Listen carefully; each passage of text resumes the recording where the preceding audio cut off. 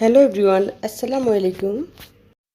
আজকে আমি যে রেসিপিটা দেখাবো, এই রেসিপিটা যদি শুধু একবার বানান আর আমি যেভাবে বানিয়েছি এভাবে শুধু একবার ট্রাই করেন তাহলে বারবার এটা বানাতে ইচ্ছে করবে।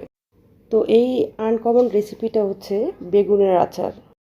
আর এই বেগুনের আচারটা যদি শুধু একবার খিচুড়ি, পোলাও বা বিরিয়ানির সাথে খান তাহলে এটার টেস্ট কখনোই ভুলবেন না, এতটুকু গ্যারান্টি দিয়ে বলতে পারি।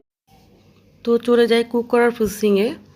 তো এখানে আমি 2 কেজি বেগুন এভাবে স্লাইস করে কেটে ভালো করে ধুয়ে পানি ঝরিয়ে নিয়েছি।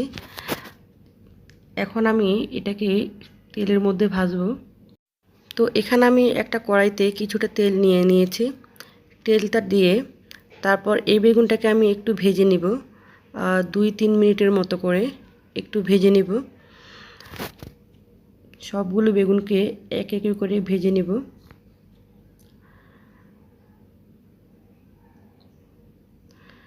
তো এখন এখানে আমি একটা পাতিল নিয়েছি, পাতিলের মধ্যে দিয়েছি কিছুটা সরষের তেল। এখানে আমি তেলের মধ্যে দিয়েছি আধা চামচ আদা বাটা আর দিয়েছি আধা চামচ রসুন বাটা। আদা বাটা আর রসুন বাটা দিয়ে এগুলোকে একটু নেড়ে দিতে হবে। তো চুলাটা একদম মিডিয়াম টু লো হিটে রাখতে হবে। তারপর এখানে দিয়ে দিব সাদা সরিষা বাটা আধা চামচ।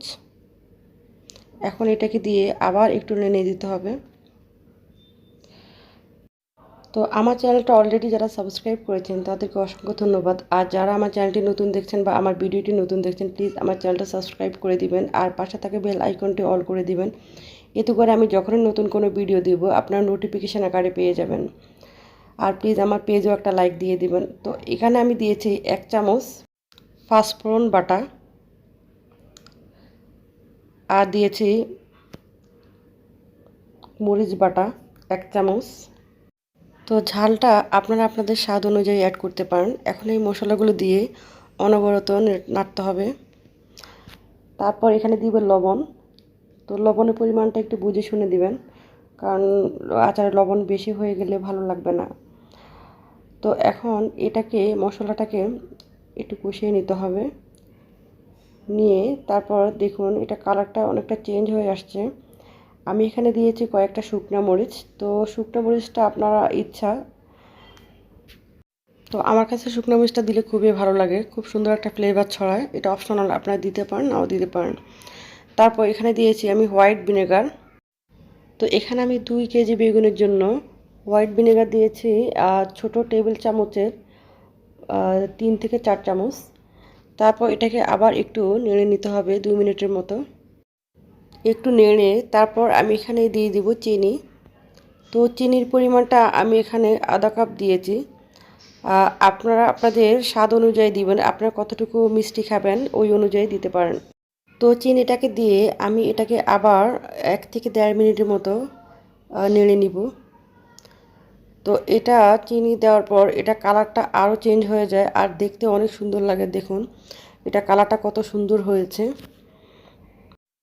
আর মশলাটা এত সুন্দর একটা ফ্লেভার ছড়ায়, আপনারা যখন বাসায় করবেন তখন বুঝতে পারবেন। তো এখন আমি দিয়ে দেব বেগুনটা, আমি যে বেগুনটা ভেজে রেখেছি ওইটা দিয়ে দিব।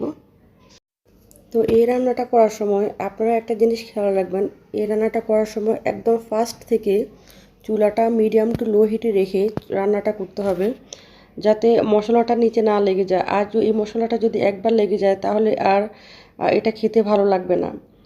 তো এখন এটাকে আমি বেগুনটাকে 2 থেকে 3 মিনিটের মতো নেড়ে তারপর এখানে দিয়ে দিয়েছি তেঁতুলের মাড়। বেগুনের আচার করার জন্য একদম ফার্স্ট এসেনশিয়াল একটা জিনিস হচ্ছে তেঁতুলের মাড়। এই তেঁতুলের মাড়টার কারণে বেগুনের আচারটা সবচেয়ে বেশি টেস্ট হয়। তো তেঁতুলের মাড়টা দিয়ে এটাকে একদম চুলার মিডিয়াম টু লো হিটে রেখে এটাকে 2-3 মিনিটের মতো কুক করে নিতে হবে। তো আমি যেভাবে নাড়ছি আপনারা চেষ্টা করবেন এভাবে নাড়ার, এতে করে তলানিতেও লাগবে না আর বেগুনগুলো একদম আস্তে আস্তে থাকবে আর বেগুনের আচারটা দেখতে অনেক সুন্দর লাগবে। তো আমার বেগুনের আচার কমপ্লিট। দেখুন আমার আচারটা কত সুন্দর হয়েছে আর এটা খেতে যে কি অসাধারণ হয়েছে আপনারা দেখেই বুঝতে পারছেন। তো এই বেগুনের আচার যদি টক ঝাল মিষ্টি ঠিকমতো হয় তাহলে বুঝবেন আপনার আচারটা পারফেক্ট।